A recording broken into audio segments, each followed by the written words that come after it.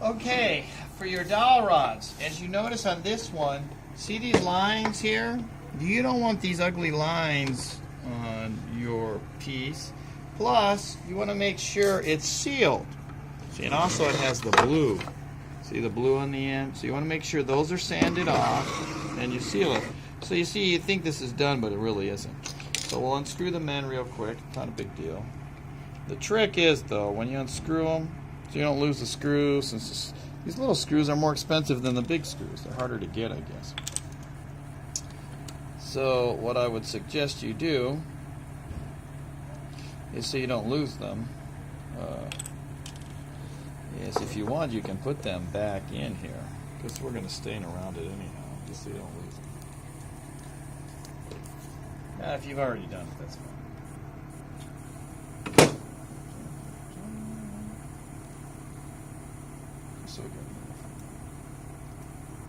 So, you can either stain these the same color as that, or you can use the natural finish or the golden oak. We'll try some of that with our paper towels that we have over here. The other thing is, whenever you're staining or anything, make sure you put down a piece of cardboard so you don't ruin everything. I'm just going to push everything away from it. So we should have some gloves too, so you don't get this all over. If you do, I've got some paint thinner by the sink or something you can take off. But ask for me for the gloves. We put on these little gloves. The only reason people don't like safety, if it's real hot outside, you have these on, yeah, your hands sweat really bad. But for this, it's good.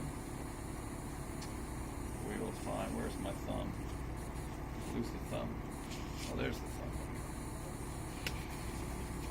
So, don't waste these either. Everything's expensive. Alright, so then all we got to do is get some paper towels. Let's try the golden oak first. Now, if the lids don't come off, you can take these slip joint pliers and then go like this and get it off. Luckily, I have brute strength and I can lose. Alright, so someone did not put it on real well. As you can see, all the mess all over. So we put that on. We see what it looks like. And do we like it? Yeah, I think the golden oak is good. It kind of just darkens it a hair, makes it look nice. Now, before you do this, though, before you seal everything inside there and all that, make sure you sand these ends too.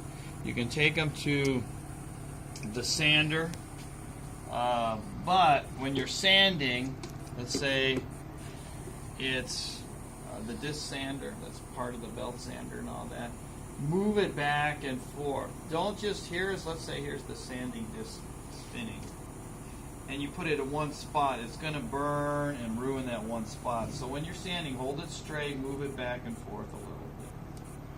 And then that way it doesn't clog it up, burn it, and it'll burn the ends of your wood too. And then that way you can get all these lines off and all that.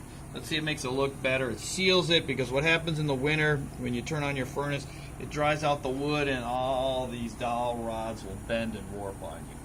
And then you'll be in trouble. But when you're done, make sure the lids are on everything. So again, I would do them, lighter color so it doesn't all match. So either natural or the golden oak is fine. And then you're good to go. And then these, we already have them on. Make sure you painted these handles, but you'll just press them in there. Just put a little wood glue in first, and then press these in. Maybe that's the time you want to tap them, if you can just tap them a little with the hammer. And then that way, if you ruin this and mushroom it a little bit, that's the time to sand it and sand off all the markings and stuff, like I said. Some of your dowel rods will have those blue markings you want to get rid of. Alright, and that is how you seal your dowel rods.